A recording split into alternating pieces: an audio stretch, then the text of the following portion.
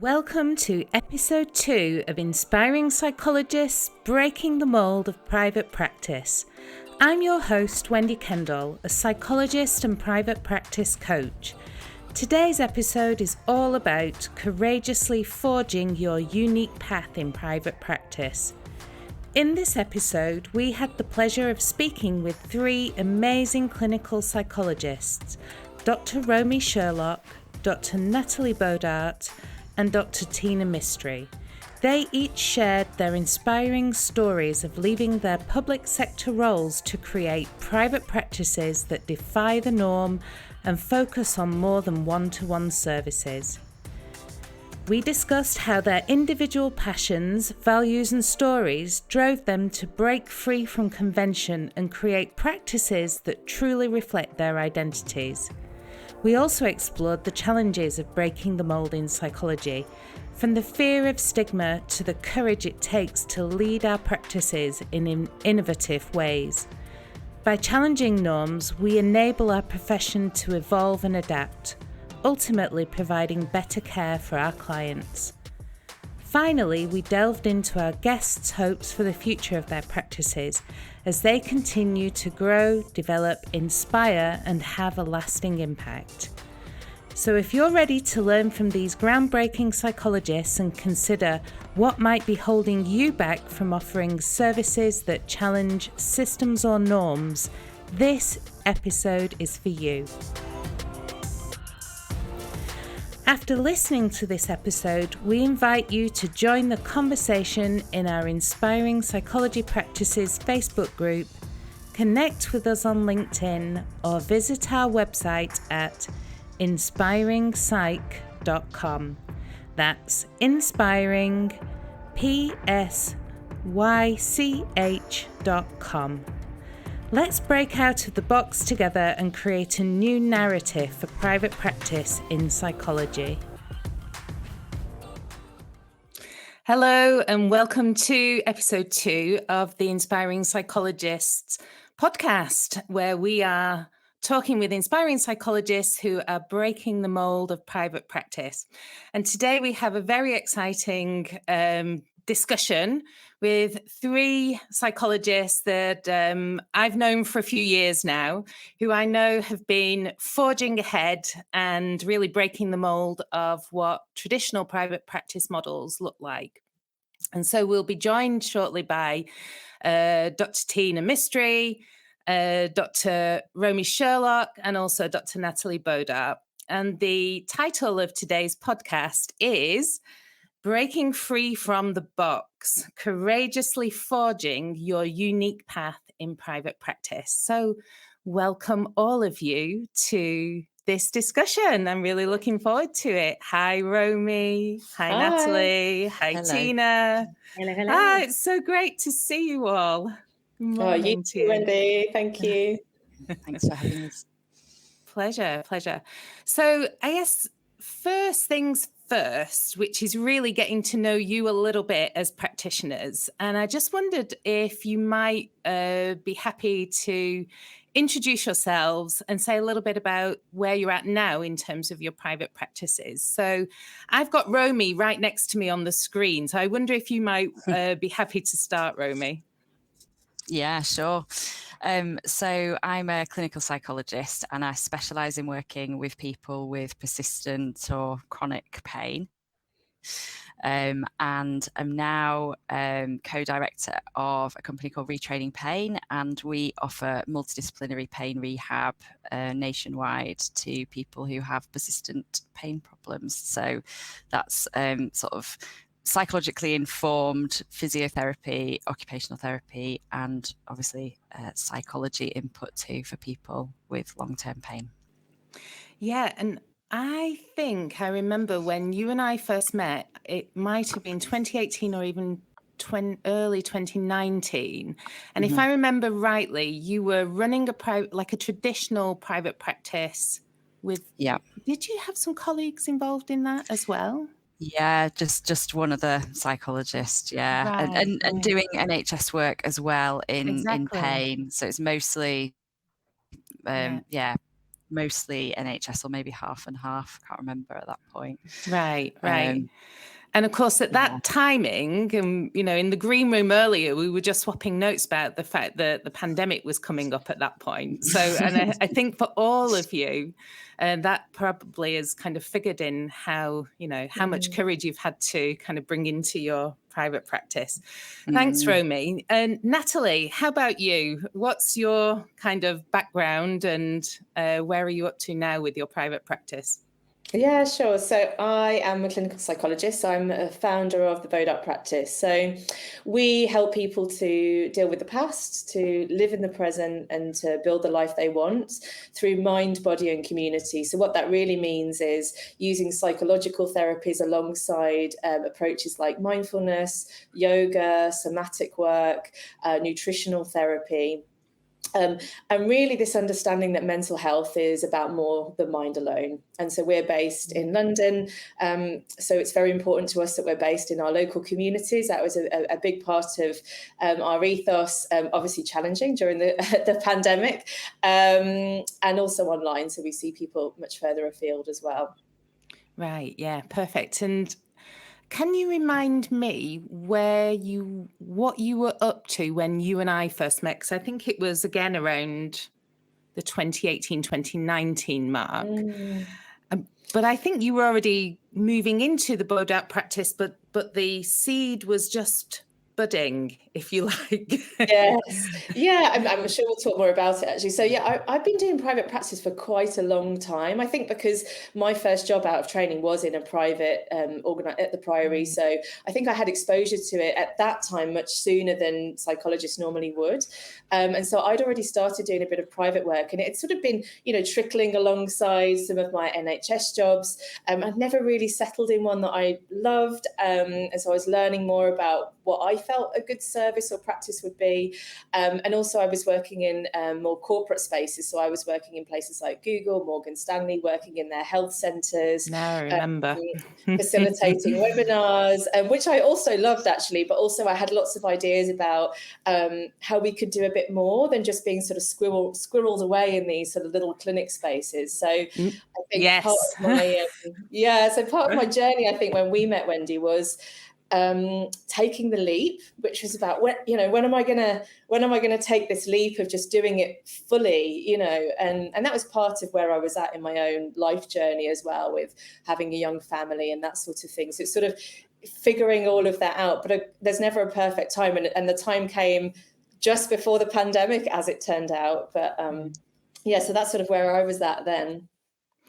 Yeah, you've reminded me that that's such a good point as well, about how often we imagine, starting our private practices and that they're immediately full-time. And of course, for the vast majority of practitioners, it doesn't work like that, right? So Tina, I think you may have literally traveled the greatest distance in your private practice development. So a little bit of intro from you, please, and also where you are now and where you started. Thanks. Yeah. So hello from sunny Dubai. Exactly. I'm currently in Dubai, and yeah, I'm a clinical psychologist as well, UK trained, and I'm currently undergoing the licensing process to become a clinical psychologist here as well. So that takes a bit of time. My history, I feel like it's squiggly. The only word I could describe is squiggly. Good word. Yeah, very squiggly.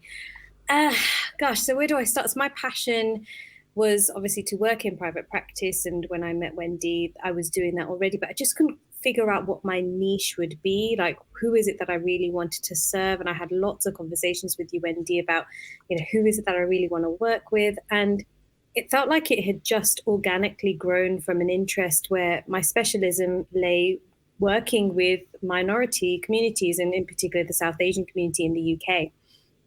And I just began posting, on Instagram, and that suddenly just grew. Yes. And then that turned into a full-time practice serving, South Asians living in the UK and beyond, actually, struggling with culture, the intersection with mental health, gender expectations, you name it, I was seeing it all. And then it grew even more into something else where I had lots of other South Asian therapists kind of reaching out to me saying, Tina, how are you doing this? And how can you find this information? And can you teach me about this? Can you provide some information on this? And can I pick your brain around this? And I was like, hang on, there's something here as well that I really want to support South Asian therapists, which then turned into the Brown Therapist Network, which is still going today, which I'm hugely proud of because it has kind of just grown leaps and bounds. It is a community first at the heart of it all, where it's run by South Asian therapists for South Asian therapists. And the additional bit is it's global. And I love the fact that we are truly global. Yeah, exactly. In fact, I just noticed today or this morning on Instagram, I was like checking out all your feeds, and just noticed as well a post that where you were showing some of the new therapists that have joined Brown Therapist Network. And I remember that it's really like gone right around the world now. So that's just amazing. I'm going to ask you as well, why in particular this is a question for all of you, so whoever wants to kind of jump in here, but why was this particular private practice journey important to you? You know, this journey to doing something different than what had gone before? I can say something on that if you like. Yeah, I'd love to. I think for me it was, so I was working, I was doing private practice, but I wasn't working with people with pain in private practice. But the bits that I was doing, it was just not great. Like we were just the opportunities to work with people, a bit like what Natalie was saying, see what you can do, but then what was being done, there was a big mismatch between the two. And then just in the same really in the NHS as well, kind of ethically and really in practice what people needed was not what we could offer because of the way the services were set up and funding and shortages of staff and things like that. So it felt I never had any desire at all to set up my own company and my own practice to do this. If somebody else had been doing what we wanted to do, I would have happily just kind of jumped on the coattails of somebody else and just gone and done that. But it wasn't happening, and we knew what what could be the kinds of gains and recovery that people could make with the right treatment. But we weren't offering it to them in the right way. So we weren't working in a joined up way or in an evidence-based way. So just kind of saying, well, we can just do this, but we need to do it, we need to set it up from the beginning the way that it needs to be done, rather than trying to sort of change a system that we can't change. Right. Yes. And if I remember rightly as well, you also had some colleagues who are not psychologists who kind of, I don't know that they immediately shared the exact same vision, but they had a sense of the same problem and were kind of concerned about it. So how did you all come together? Yeah.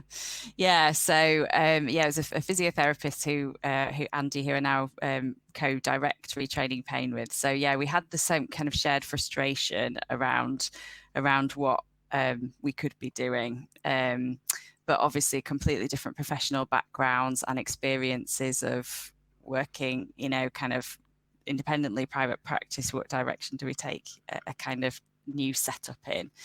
So I think a lot of our early conversations were around that, weren't they? Sort of trying to go, we're not actually setting up a psychology practice, we're setting up a practice that's psychologically informed and run partly by a psychologist, but is also kind of got a whole other kind of professional background and model of thinking. That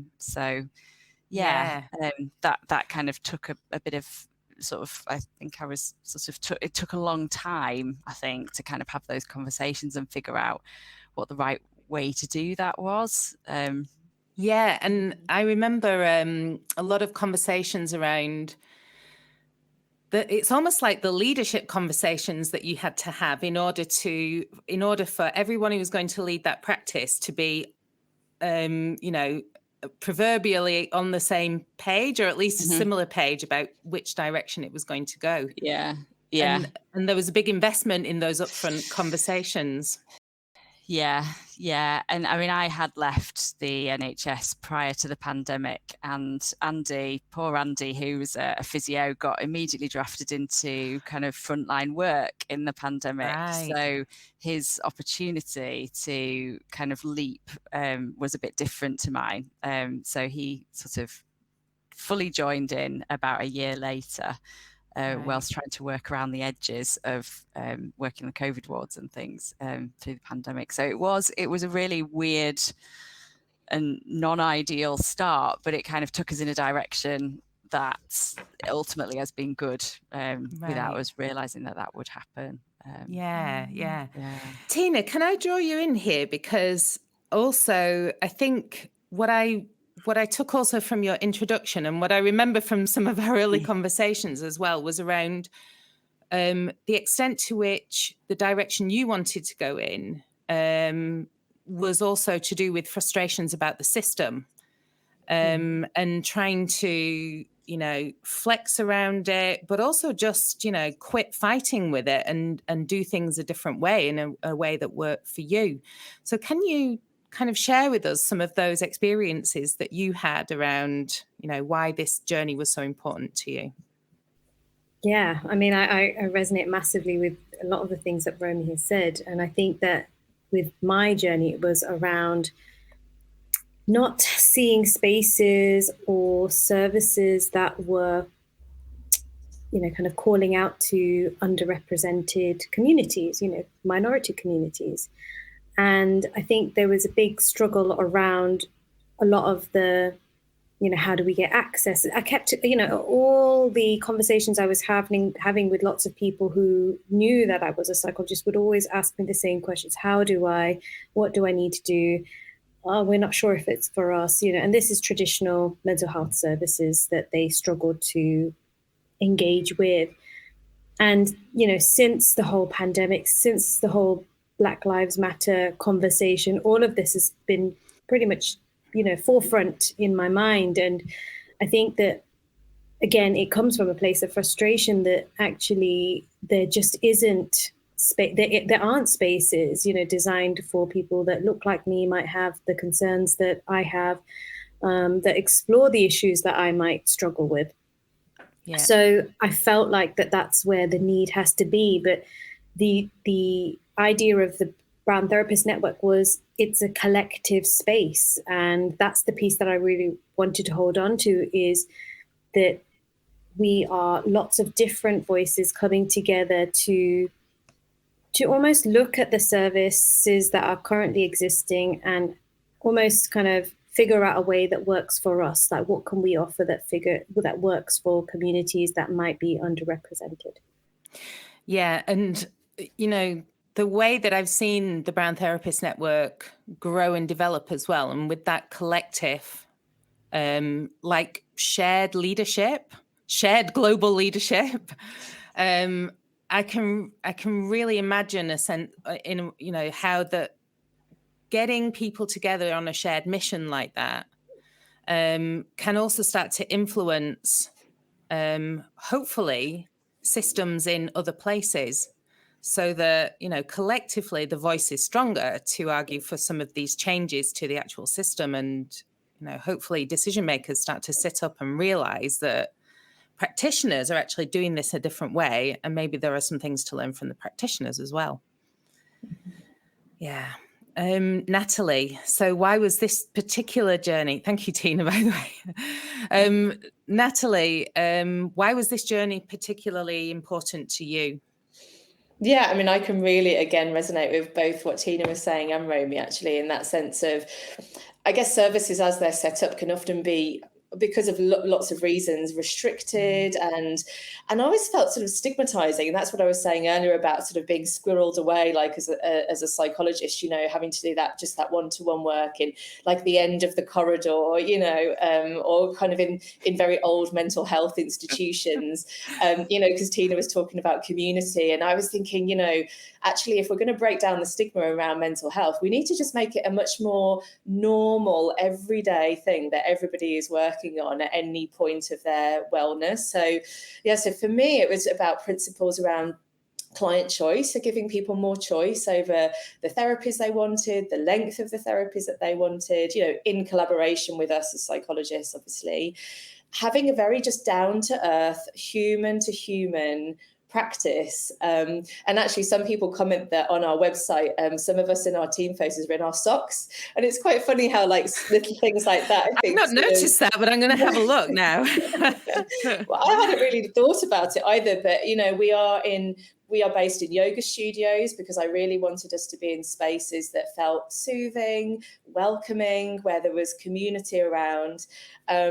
This sense of mental health being a lifelong journey. So I think because of a sort of medicalized model, there's this idea of problem fix. And in some cases, I understand why that's there and it's still relevant in some cases. But for lots of people, well, my special interest area is attachment trauma or working with childhood trauma in adults. And I feel like it's much healthier or more helpful to think that you might come in and out of therapy at different points, and that it can be something that you don't have to just, it's not like a one-shot thing, And really this idea of just working with the whole person, that I just don't feel like we can always do everything sat in a room talking, that we need to bring the body in, how are we nourishing the body? What are we feeding it? How are we moving? How are we relating to other people?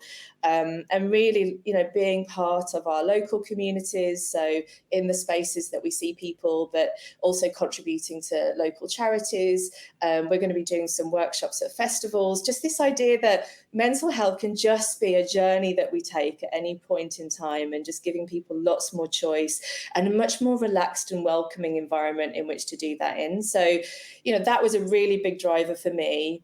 And then the second thing I think was more personal in terms of having a practice that, now I say this now, it's not always come to fruition, but sort of fits around my life a bit more. So is more flexible. I'm not a very 9-to-5 type of person. So I wanted something that was more flexible, that could fit around family.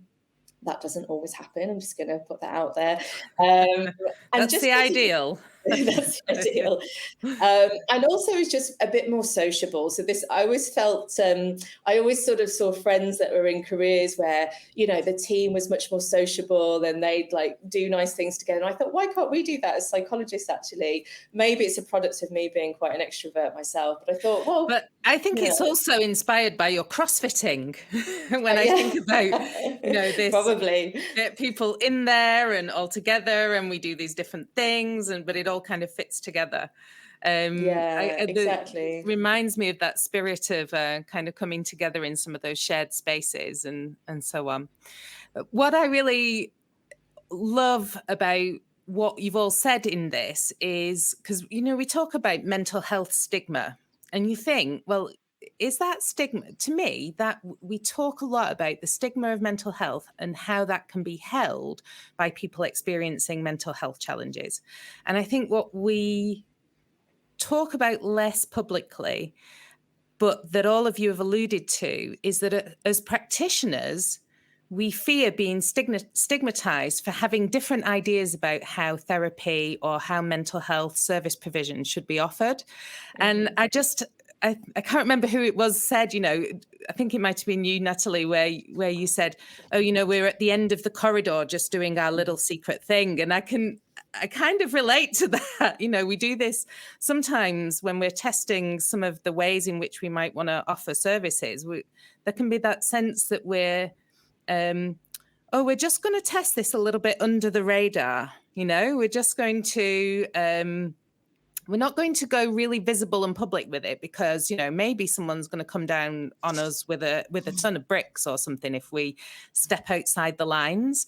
And that's something that I really want to, that I just want to really grind down and bust through over time, because I really feel like as practitioners, we put so much effort into learning our craft, into learning our profession, and we have so many brilliant ideas about how to flex and change and meet the need of different people. And there's a massive need out there, but it takes a lot of courage to start doing that. So when it came to courageously forging your own path, what kind of comes up for you around that? Where was it most scary?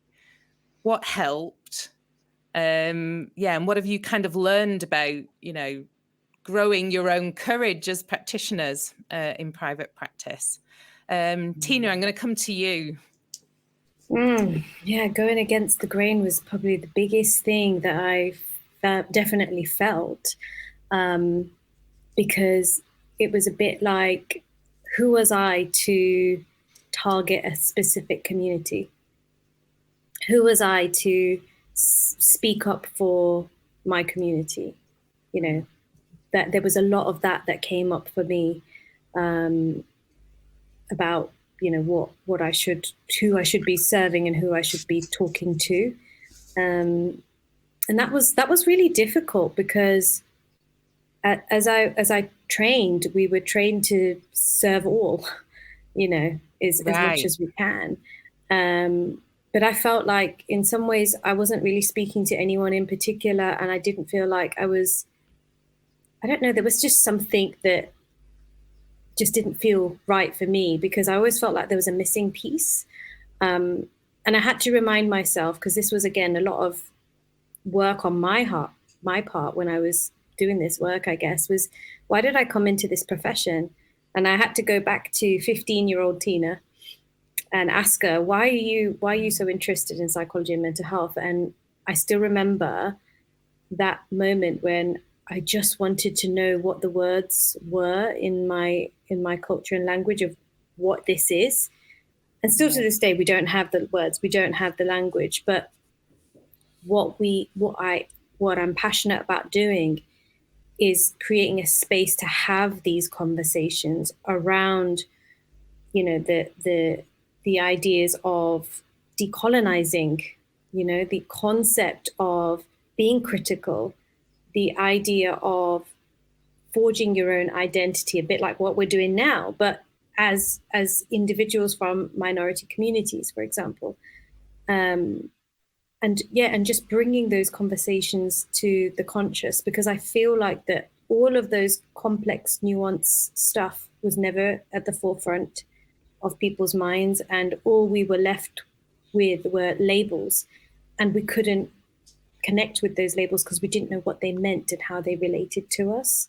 So they were a lot of battles, and I'm still going through these battles now. There's no, I'm not saying that this is something that I've fixed or sorted.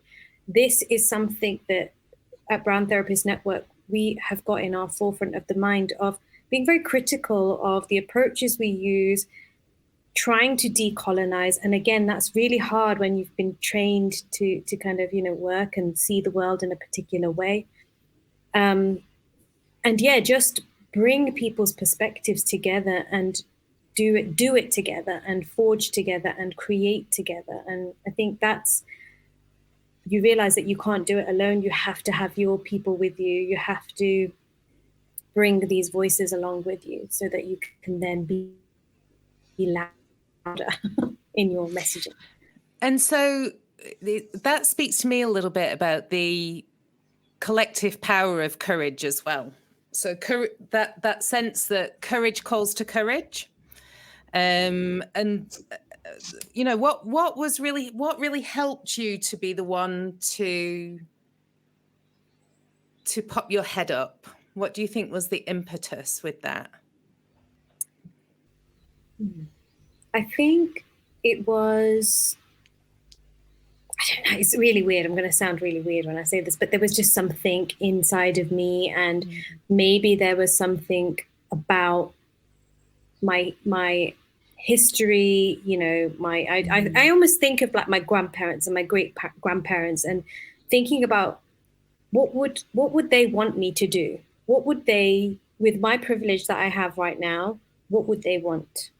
Yeah. And it's almost kind of like thinking about that, that piece around, I'm here because they were where they were, they suffered, whatever, all of that stuff. And actually, how do I now help future generations? And I've got kids, and it's kind of like, I want to pass that baton on. I want to encourage and inspire these conversations to continue, so there's just something about that lineage piece and the potential future piece as well. Yeah, which I love as well, because for me, that means that collective courage is not just, the people who are currently alive on this planet and kind of in connection with us, but maybe also that intergenerational courage as well, that is, being passed down. Awesome. Natalie, coming to you, calling to courage. And I know we're kind of, I love that reference to CrossFitting, because to me, getting in the CrossFit gym must be a courageous thing. So, harnessing your strength. But for you, coming back to this thing of taking your courage in your hands and doing things differently, what was that experience like for you with your private practice? Yeah, I mean, I think if I go back to when I started the practice as it stands now, the biggest piece of courage for me was believing that it could work. At a very simple, I say simple, but so important, like fundamental level of, if I put all of my eggs in this basket, if I just go fully in on this, is it going to work? Am I going to enjoy it? Is it going to pay me enough to live? And, because I think anybody in any industry that does sort of freelance or contracting work, you sort of have to take that anxiety that comes with it.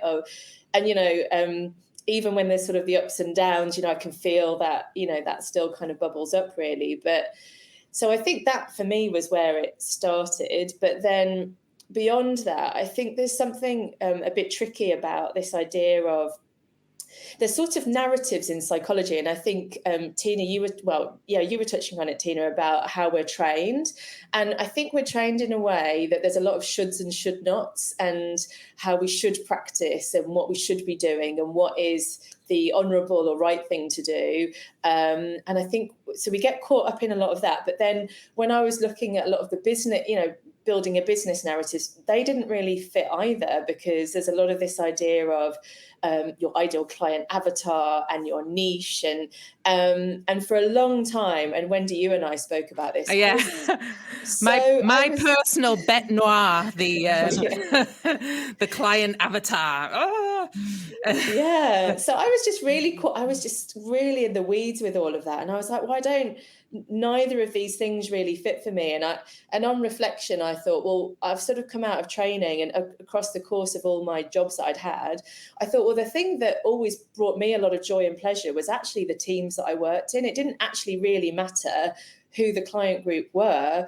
It was more about, a job is really enjoyable when you have a really good approach and team, and you feel supported. So I was sort of trying to navigate through all of that, really. So I think just being able to take the courage to say, actually, my sort of niche, if you like, is this holistic, or what I want is a very holistic practice, the principles I spoke about earlier. Maybe that's good enough. Maybe that is enough, actually, and forging ahead with that. And I mean, beyond that, I think there's been there's ongoing courage, if you like, around navigating the roller coaster. And I just really want to be open about how hard it is to run a private practice as well, because I think sometimes there's an idea that it's easy and the work is plentiful, and to some degree that's true, but there's so many ups and downs, and there's a lot of courage in being a leader and in running a business. It's like I've literally had to learn a whole new career, basically. And there's definitely been times I've been like, oh, I should just get a job, and I need a job. Yeah. So I think it's all of that, and making those initial decisions, taking the leap, but then the courage it takes on an ongoing basis to grow and continue and develop in that sort of way, really. Yeah, what you're describing to me reminds me of that little storyline I have, which is, we imagine growing a successful practice as climbing the mountain. And when we get to the top of the mountain, first of all, we will have received the wisdom, and also we will have this perfect vista, and we'll be able to see everything, and everything will be clear. And, that's where we'll be. Where the reality is, it's like being in the Lord of the Rings. And 1 minute you're skipping through the Shire and you've got all your Hobbit friends around you, and the next minute you're fighting through the Forest of Fangorn again, and you're like, where's all my friends gone? So there's so much in that we go through these periods of sometimes it feels great, and other times it we really have to put our brave pants on again, as we say. So, Romy, on the topic of brave pants. Oh, yeah. Mine are around here somewhere. The first thing that sprang to mind when you asked the question, and Natalie and Tina have kind of touched on it as well, is I think we get trained, well, I got trained to be an NHS psychologist. Right. And, you know, we didn't talk about private practice, definitely, when I trained. Maybe they do more now. And it wasn't that, like, people did little bits of private practice maybe, but not very many people went, you know, full on, I'm going to do this all the time. And that has, of course, become more common. But I think that takes a lot of courage as well, because it feels like, oh, I shouldn't be doing, like, you've kind of been sort of shaped into this person, like, this is we're in this big dysfunctional family that's the NHS, and this is what we do, and you can't really change it, but you just kind of put your head down and get on with it. And then obviously over the years things kind of change. You go, I can't keep doing this, I can't. And you know, we were at a conference recently and we were chatting to a team, and we were sort of saying, oh, our NHS team actually got decommissioned, which ultimately was what happened. I'd already left by then, but it's like I kind of feel like I have to sort of go, oh, well, I'm only doing this because I couldn't do that anymore, sort of thing, which kind of isn't true. So I think just to kind of break out of that mold, and being a psychologist that works in physical health, I think takes, you know, there's a lot of, I think we constantly have to have difficult conversations around where psychology lands within that landscape of physical health, where things are very biomedical. And, you know, we still very much have this view in Western culture anyway about kind of the biomedical model for physical health problems, and you kind of have to sort of elbow your way in with the doctors sometimes and say, hey, I think maybe we need to look at this from a wider perspective. And they're a bit like, you know, like one of the pain doctors I work with used to joke, like, oh, you're just going to play some whale music, Romy, and stuff. And it's like, yeah, funny, but also really invalidating and disrespectful. Exactly. You know, I think you have to kind of constantly just kind of try and be brave and be like, no, I do have actually some important things to say here. And, you know, also just developing a practice and having to do things like post stuff on social media and write blog posts and like literally put your head above the parapet and say, I think this. And, you know, not to mention things like Twitter and things like, you know, someone's going to chuck stuff at you and somebody's definitely going to disagree with you. Yeah.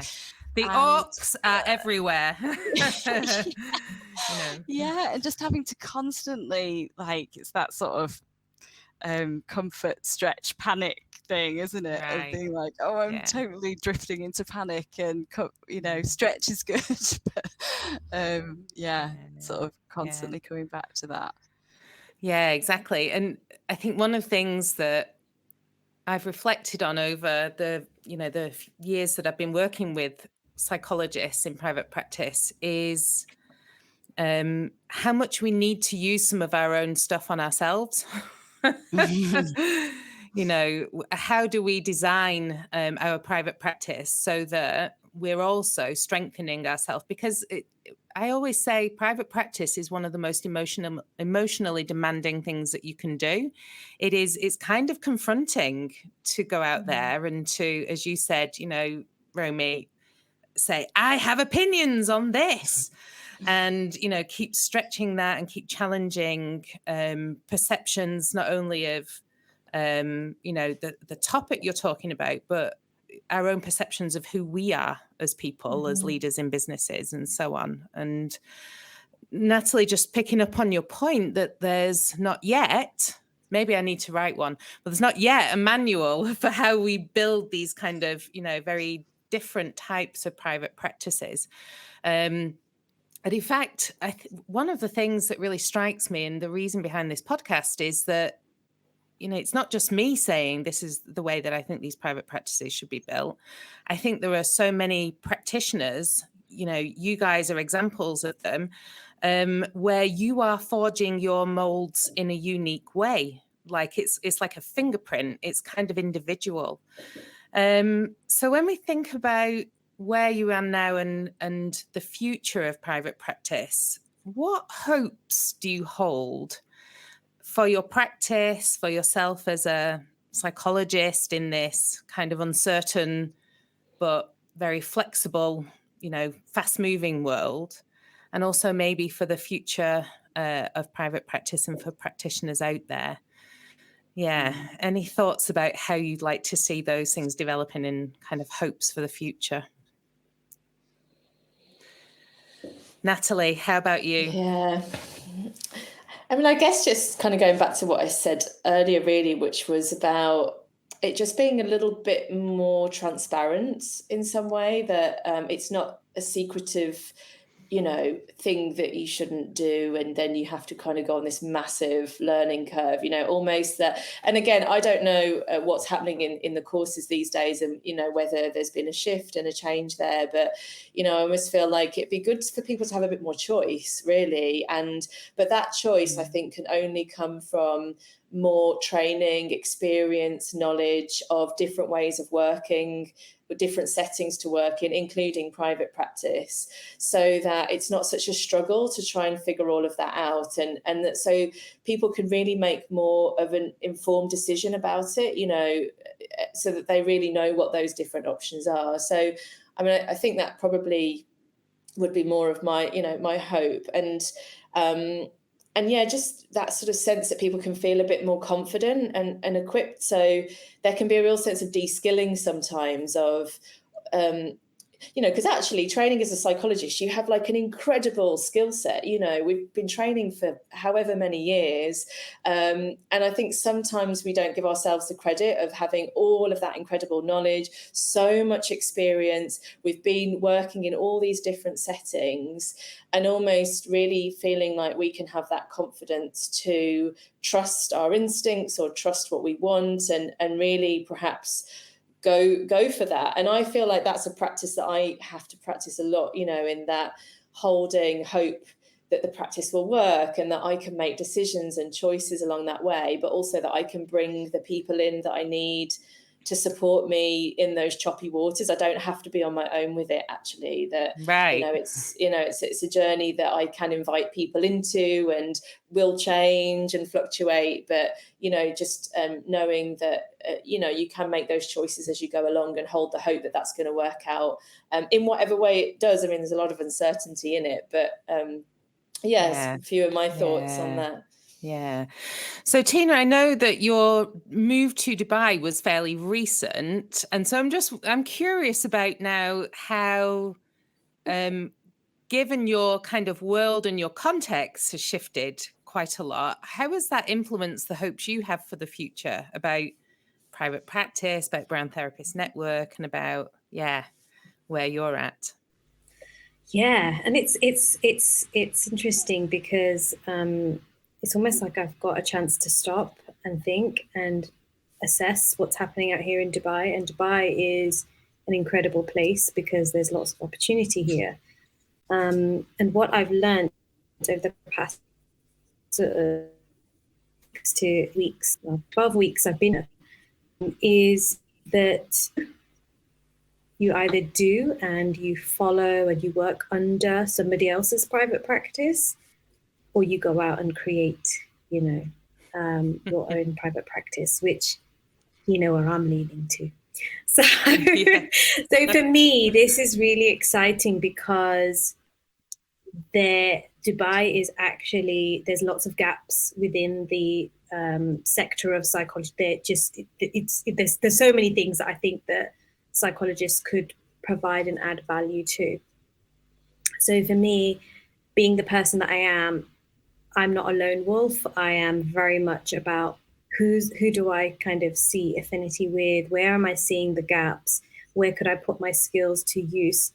And just being really creative. And I love that. That's the piece that I really enjoy, and being able to think outside the box. So where I am right now is doing a lot of that, doing a lot of thinking, being creative with other professionals, not just psychologists, and seeing what we can co-create for this specific community out here in Dubai, but also and beyond as well, across the Middle East, because the Middle East, again, is very ripe for this new way of thinking. Psychology is a very new discipline here. It's not as established as it is in the UK.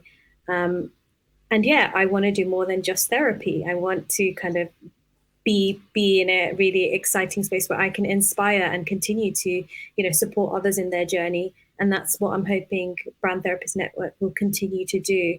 Yeah. So yeah. Amazing. I'm going to look forward to seeing any kind of meetups that you manage to that you get organised in that area as well, because I can imagine there's going to be some awesome videos and photos and all the rest of it. It would be fantastic. Romy, for you, I know that your business is going very, it's growing like a rocket at the moment. I was trying to think of a suitable analogy then, and I couldn't. So for you, what are your hopes for the future? Yeah, I think keeping up, I think, is my kind of first hope. I think it's about, we've all touched on it really, and it just kind of comes back, doesn't it, to the fundamentals of community and connection and attachment and relationships and all those kind of fundamentals that we have as psychologists with the people that we work with, but also for us in terms of having that community of people who, we're so excited that we just kind of started this off as, not anticipating this to be the case, but that actually being able to work with people all over the country who are kind of pain geeks like us, like, there's this idea that is like, oh, I love working with people with pain, great, but people have kind of got a bit stuck in thinking, but I can only do that in a certain setup, or I just wouldn't know how to work in it. I could do a bit of it in private practice, but I don't know how to work in a team and do that. And I think that's what we feel really passionate about, is having that community of people. It's like we can use our skills in a different way, and we can kind of support one another and kind of find that courage together of how to do that. So yeah, I think that's the thing that I feel most excited about developing. Awesome. So I think one of the things that I really take from this conversation is how when you start to kind of forge your own direction and you do this kind of breaking free, it's definitely in service of, people who would be users of psychological services, and that could be any of us. But it's also, I think, a real almost like active leadership. It becomes a leadership role within a community of professionals as well, because I think what I really hear from all of you is that what you've done has had a knock-on effect on other practitioners around you. Tina, Brand Therapist Network is like archetypal example of that. Romy, you're describing there how that multidisciplinary approach and that different mindset about pain is kind of calling to the courage of other practitioners around the country and getting them to think differently about what that practice could look like. And Natalie, I really see that that's, your community approach, that connection with place is really kind of shifting and creating a form of community leadership around mental health as well. And, drawing other practitioners in perhaps from communities too. So, yeah, I think it's something I've really learned about this from this conversation. So where can we find you all? Tina, where I know Brand Therapist Network is still on Instagram. What are the other places that we can find you? I seem to be hanging out on LinkedIn a lot. That seems to be now my favorite place to hang out. So you can find me at Dr Tina Mistry on LinkedIn. Awesome. Thank you. Natalie, how about you? What's your favorite places to hang out online? So there's the bodartpractice.co.uk, which is our website. So and also Dr Natalie Bodart on Instagram. So I probably post most on there at the moment, and LinkedIn, Dr Natalie Bodart on there as well. We're on Facebook, the Bodart Practice too. So a few places. I've not ventured into Twitter. I think that's a step too far for me. Awesome. And how about you, Romy? Yeah, I am on LinkedIn and Twitter at Dr Romy Sherlock, and we also have LinkedIn Retraining Pain page, and you can find our website at retrainingpain.co.uk. So you're a Twitter warrior. I don't think I'd recognise that. I'm going to have to go and find you on Twitter now. No, I'm really not, Wendy. That's why I don't hang out there very much. But do you follow a lot of people on Twitter? Right, yeah. I always say Twitter's the Star Wars bar of the internet. So you can have some amazing conversations with a lot of trolls as well. So good on you for being there too. Awesome. Thanks so much for this conversation today. I was really excited to speak to you all. And I just love the kind of lessons that you've shared with us. So we will definitely put all of your links into our show notes. And on behalf of Inspiring Psychology Practices and the Inspiring Psychologist podcast, thanks so much. And looking forward to seeing what happens in the comments. So see you next time, everyone. Thanks for listening. Thanks so much, Wendy. Thanks Tina. Wendy. Thank you. I'd love to hear what you think about the Inspiring Psychologist podcast. So please take a moment to leave a review and give us a rating wherever you listen to podcasts. It makes a massive difference in helping us to reach new audiences. If, like me, you're feeling inspired and moved by the private practice stories in our podcasts, please spread the word across your own networks. And why not encourage your colleagues and friends to listen to the podcast too? To make sure you don't miss out on future episodes, please be sure to subscribe to the Inspiring Psychologist podcast. You can find out more about all my guests from Series 1 at our website, inspiringpsych.com. That's inspiringpsych.com.